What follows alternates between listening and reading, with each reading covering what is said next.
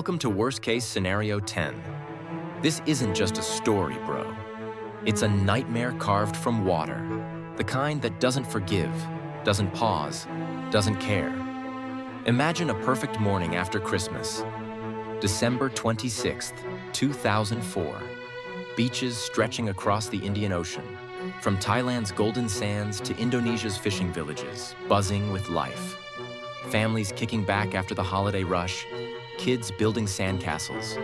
Tourists sipping coconuts under a sky so blue it hurts to look at. The ocean's calm, lapping gently at the shore like it's whispering a lullaby. And then, out of nowhere, the earth decides it's had enough. A roar rips through the silence.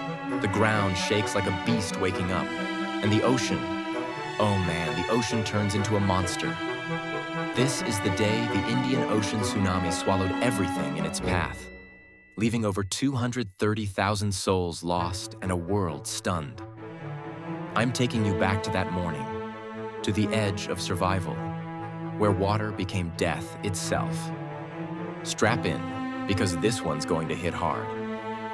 The morning it all changed. Let's set the scene. 7:58 a.m., just off Sumatra, Indonesia. A 9.1 magnitude earthquake, the third strongest ever recorded. Tears through the ocean floor. It's not a quick jolt.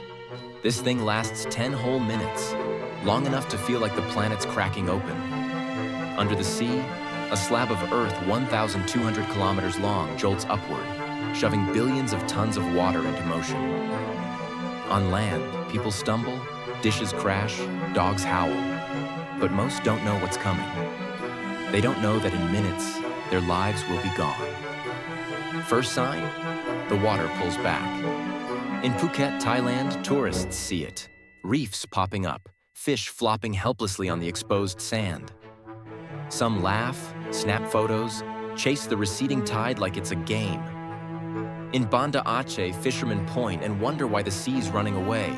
Kids run out to grab shells. Me, I'd be curious too, bro. But that's the trap. That's nature winding up for the punch. Then it hits.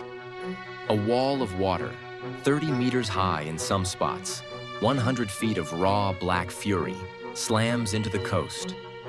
In Banda Aceh, a city of 400,000, it's like God flipped a switch. Waves crash through streets, smashing concrete houses to rubble, uprooting trees, flipping cars like toys. Entire neighborhoods vanish in a heartbeat, swallowed by a churning mess of mud, metal, and bodies. Survivors later said it wasn't loud like you'd think. No Hollywood roar, just a deep, unstoppable whoosh, followed by silence where life used to be. Over in Phuket, it's breakfast time.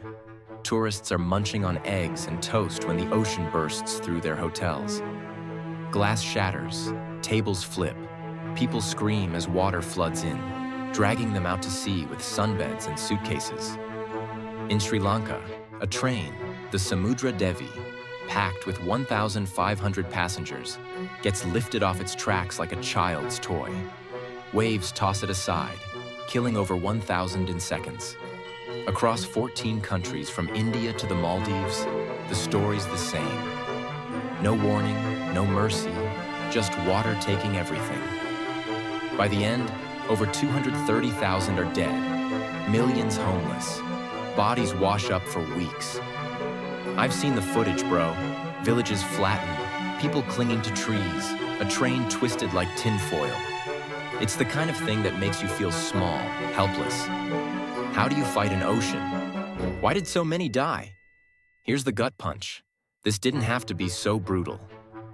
Yeah, the quake was massive, unavoidable, but the dying, a lot of it was on us. Imagine this. It's 2004, and there's no tsunami warning system in the Indian Ocean. None. Zip. The Pacific's had one since the 60s. Buoys, sirens, drills. But here, nothing. Scientists in Hawaii detect the quake, see the wave forming, but there's no hotline to call, no network to scream. Run. Officials in Indonesia, Thailand, Sri Lanka, they're scrambling, guessing, hoping it's not as bad as it looks. Spoiler, it's worse. In Banda Aceh, the wave hits 20 minutes after the quake. In Thailand, an hour. Sri Lanka, 2 hours. Plenty of time to sound an alarm, if there'd been one. Instead, people get scraps of news too late. Phone calls from panicked relatives, a radio DJ muttering about big water. By then, the sea's already at their door. Over in Aceh, a guy named Reza told reporters he saw the wave coming, yelled for his family to run, but it was too fast. His wife and kids gone in a blink. Stories like that break me, bro. All because no one connected the dots in time. Why no system? Money, politics, priorities? Same old excuses. The Pacific got one after a tsunami killed thousands in the 40s. But the Indian Ocean? Too rare, they said. Tell that to the 230,000 graves. It's not just nature's fault. It's ours for thinking we could roll the dice and win. Survivors and scars. Let me paint you a picture of the aftermath. Banda Aceh's streets, piles of rubble, bodies tangled in debris, survivors wandering like ghosts. In Thailand, tourists stumble back to shore, sunburned and broken, searching for friends they'll never find. Sri Lanka's train tracks sit quiet, a twisted wreck surrounded by muddy silence. Over 2 million people lose their homes. Fishermen, shopkeepers, kids who'll never see their parents again. For weeks, the living dig through wreckage, hoping against hope, while the dead wash up on beaches from Somalia to Malaysia. But there were fighters. Take Ari Afrizal, a 27-year-old builder from Aceh. Wave hits, he's swept out to sea, miles from land. He grabs a plank, drifts 3 days under a scorching sun, dodging sharks, sipping rainwater off his shirt. A ship spots him 100 kilometers from shore, alive somehow. Or Marina, a mom in Sri Lanka, clinging to a palm tree with her baby strapped to her chest, waves pounding her for hours. She's pulled down alive, a miracle in the madness. These people didn't give up, bro. They stared death down and said, "Not today." The world watched, stunned.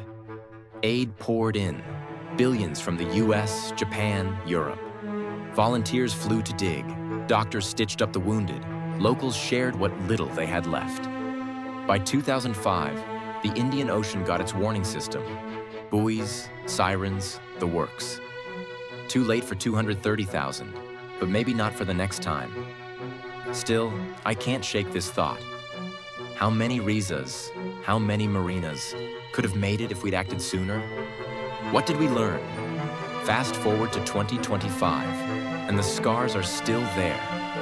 Empty lots where towns once stood, families still grieving. That tsunami didn't just take lives. It rewrote how we see the ocean. Today, there's a warning system.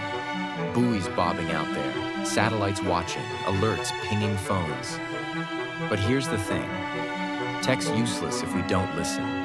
If you're ever near a coast, any coast, burn this into your brain. When the water pulls back, exposing the seabed like some freaky magic trick, don't gawk. Run. Sprint for high ground. Hills, rooftops, anything tall. Tsunamis move at 800 kilometers an hour, faster than a jet. You're not outrunning it on flat land. And don't stop after the first wave.